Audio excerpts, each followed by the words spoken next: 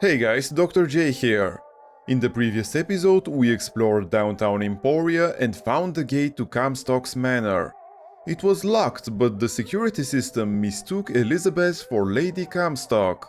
Since a fingerprint is required in order to open the gate, Elizabeth decided to go to her late mother's crypt. Booker was none too happy about it. Ever since Elizabeth killed Daisy Fitzroy, she had changed.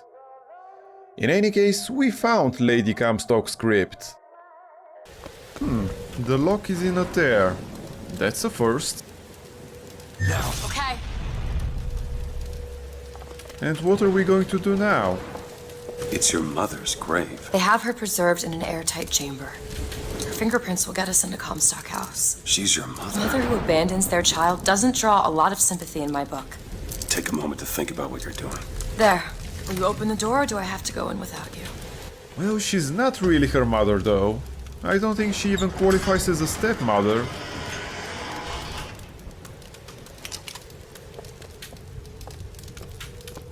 Elizabeth. It's her. How are you, Mother? All locked up in there, huh? Looks like you and I have some common ground. Let me do it. No. Let me do it.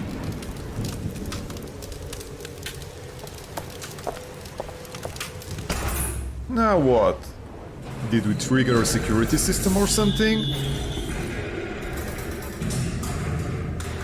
You see, child, you chose to follow a false shepherd, and he has led you astray. What I do for love. What lion does not cringe to see their cub in pain, but spare the rod, spoil the child. If you won't listen to me, perhaps you will listen to your mother.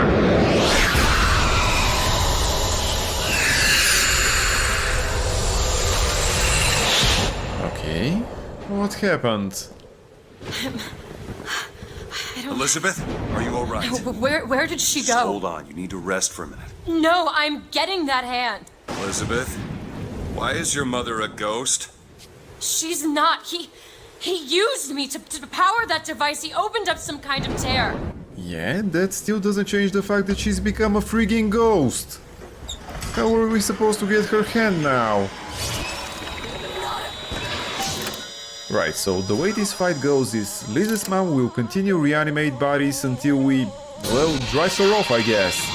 What we need to do is just activate the return to sender vigor and hope we can damage her enough before our salt runs out.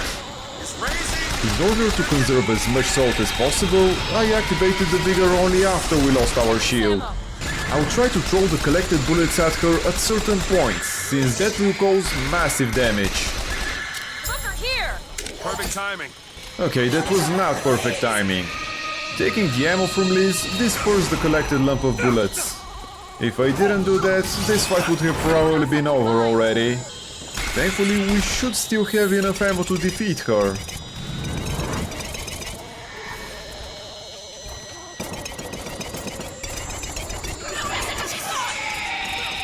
Really? Stupid collision boxes. Let's try to lure her in the energy ball. It will stay here for a while.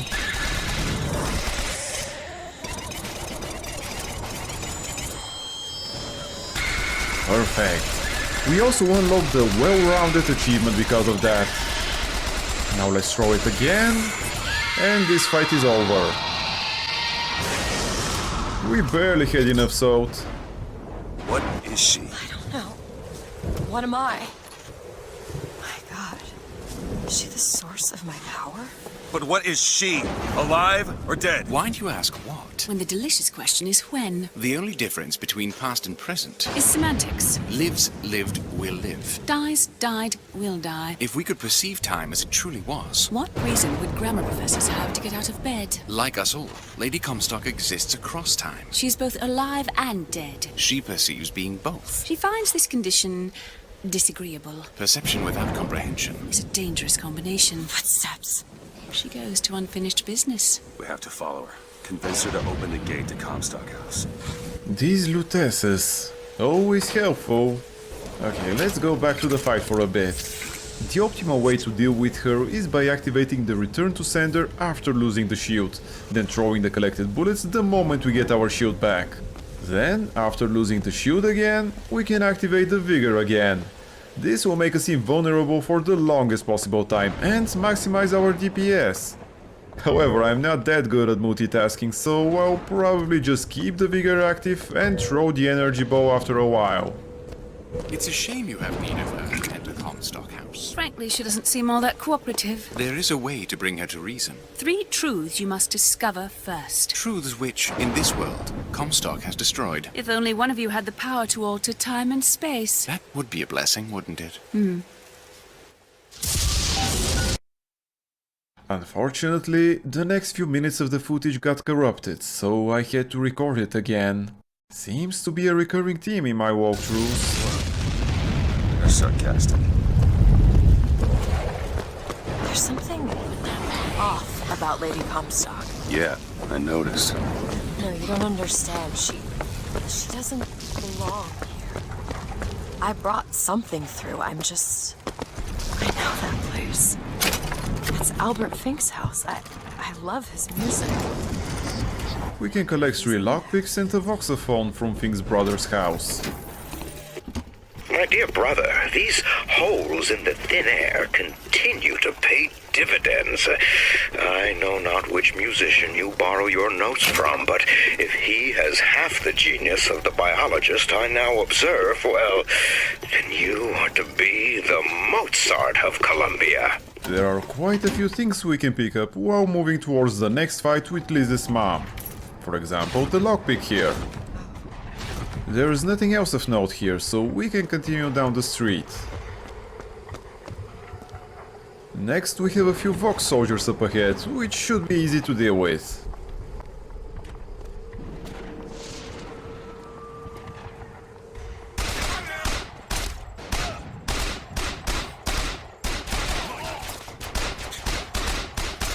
They didn't even hit us, which is quite surprising. Usually they are extremely accurate.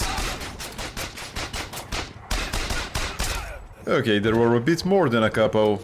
We are done with them though. Some more creepy whispering from Liz's mom. There's some money and a couple of lockpicks in this shop.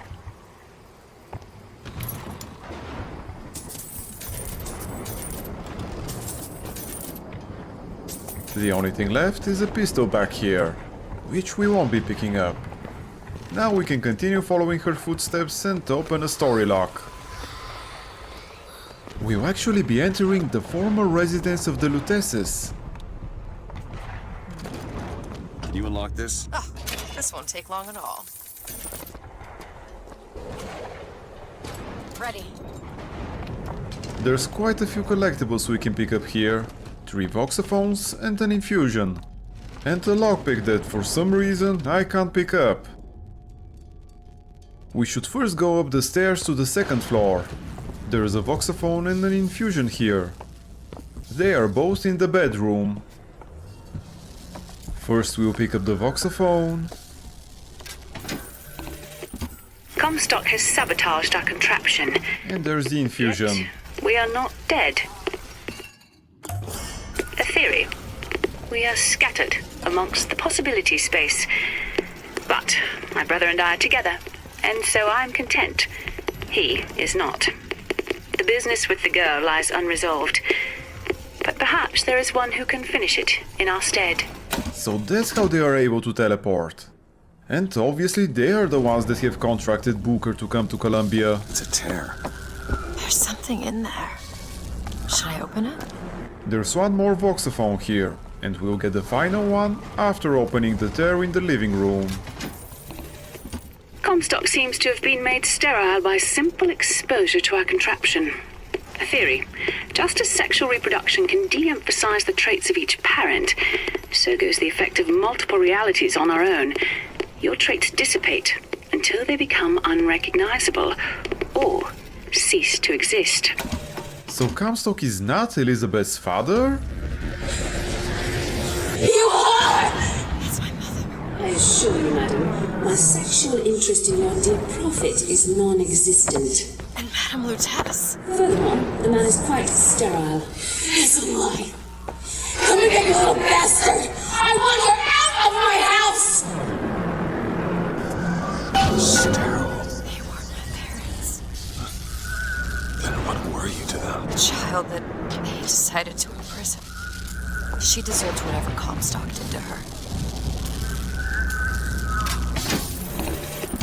Lady What did you mean Comstock. before when you said Lady Comstock didn't belong here? She's almost feral. It's like she's a reflection of... I don't know. I replay the voxophone. Lady Comstock seems to believe the child is a result of some errant act of carnality between myself and her beloved prophet. I told the poor woman the truth, that the child was a product of our little contraption, but I think she found that less believable than her delusion. So, the Luteces made a machine that created Elizabeth. Is that what she's saying? I kinda doubt that. Despite her powers, Liz is most definitely a human. In this locked shop we'll find some more money and another gear. This time the gear is pretty useful. It's definitely worth it to equip it, especially if you're like me and try to aim for headshots. There it is.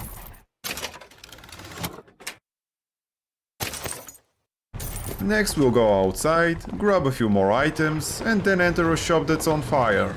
Inside it there's nothing but a lockpick, of which we've already got plenty, but it won't take long to pick that one up as well. In front of the shop we'll find some more money. Actually there's also a salt file here, but we don't need it right now. Oh, and there's obviously the 3 vendors here, if you need to buy anything from them. Continuing on, this street will eventually reach another locked shop. There's also a fireman near it, but I'll try to sneak past him in order to first go through the shop. Here we turn left. The fireman will be on our right. There's the locked shop. Damn, looks like he spotted us. Fireman, be We careful! won't be able to unlock the door until we kill him. Let's just use the bucking bronco. He's right next to the edge, so we should be able to push him over it. I should have at least tried to dodge his grenade though. There, now we just have to wait until the bucking bronco expires and he'll die. This is the quickest and easiest way to deal with them. We also conserve ammo that way. Unfortunately, we won't be able to collect his lockpick, but it's not like we are lacking. Not to mention that we can pick up a lockpick from here. The most important thing in this shop is this infusion. Well, I say it's important, but we've already got the Infused with Greatness achievement, so we won't be missing much even if we don't get that one. Now, if we continue past where we encountered the fireman, we will eventually reach a shop with a busted door. Inside, we'll see a staircase going down the basement. This is the shop I mentioned. It's rather important to go there, since we'll not only pick up a few lockpicks, but there's also a safe and, most importantly, a codebook that we'll be needing soon for another side quest. Here's a bag of 3 lockpicks. And this is the safe. Seems right up your alley. Sure thing. The final thing is this codebook. I wonder where the cipher is. Think you can crack this one open? Keep a lookout. Okay, we can now leave the shop and continue down the street. This gate will actually lead us back to the gondola station or whatever that was, that we had that huge fight in the beginning of the area. We'll have another fight here, which, while not quite as big as the one we previously had here, is still against quite a few people. Most of them will pour out of the banks, so we'll just use the bucking bronco to kill them easily. It will start with a couple of zealots. Unfortunately we missed one of them, so this will make it a little bit tougher, but it's still manageable. I found ammo! Catch! Nice, Liz is really on point on ammo drops. And now the regular Vox soldiers have started appearing as well. Actually, come to think of it, why are there zealots amongst the Vox? I mean, the whole philosophy of the zealots is that they're extremely racist, so fire day on the Vox's side. Anyways, we're almost done with this fight. I'll just keep using the bucking bronco and leave the fireman for last. Okay, that was the last of them. Now I'll just try to push the fireman off of Columbia, like we did the previous one. This should be good enough. Yeah, he's gone. If you know how to deal with it, this fight is extremely easy. Unfortunately, we're nearly out of machine gun ammo again, but we've also made quite a few kills towards this achievement.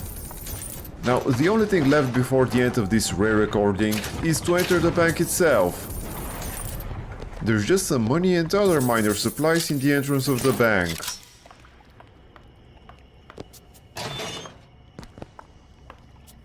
What could this place have to do with my mother?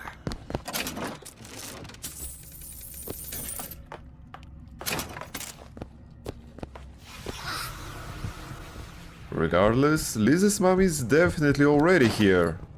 We've already seen these kinetoscopes, so we don't have to watch them again.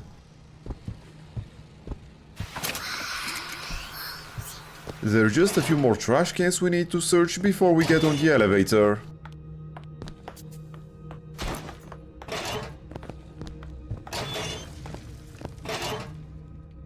And that's pretty much it. We can now enter the main lobby of the bank.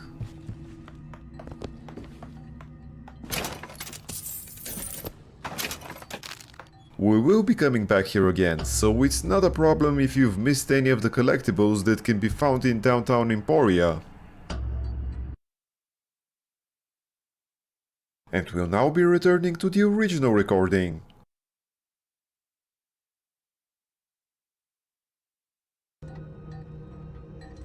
Right, so let's find out why that ghost is so interested in the bank. More Vox soldiers? We just killed at least a dozen of them. How many more are there? Looks like most of them are elite soldiers. We do have pretty good cover here, so I'll just stay here and snipe them from a distance. Alternatively, we could have used the bucking bronco, but I'm not sure where they'll be coming from, so it would be a bit risky. And I'm starting to get a little bit concerned about running out of ammo. Though I guess we could always just activate Return to Sender. We do have the upgrade for collecting ammo.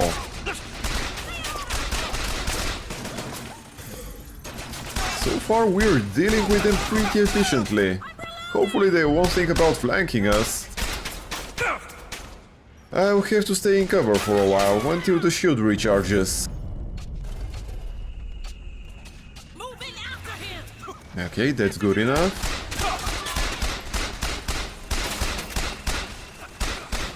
There's at least 2 more left, and that's exactly how many we need for unlocking the Passionately Reciprocated achievement. Okay, just 1 more left. Perfect. Now the only weapons achievement we need is the one for the carbine. We do have quite a lot of ammo for it, fortunately. Okay, seems like there was 1 more soldier left. Great, I believe we're done with the lobby. Now it's time to start looting the corpses and explore this place.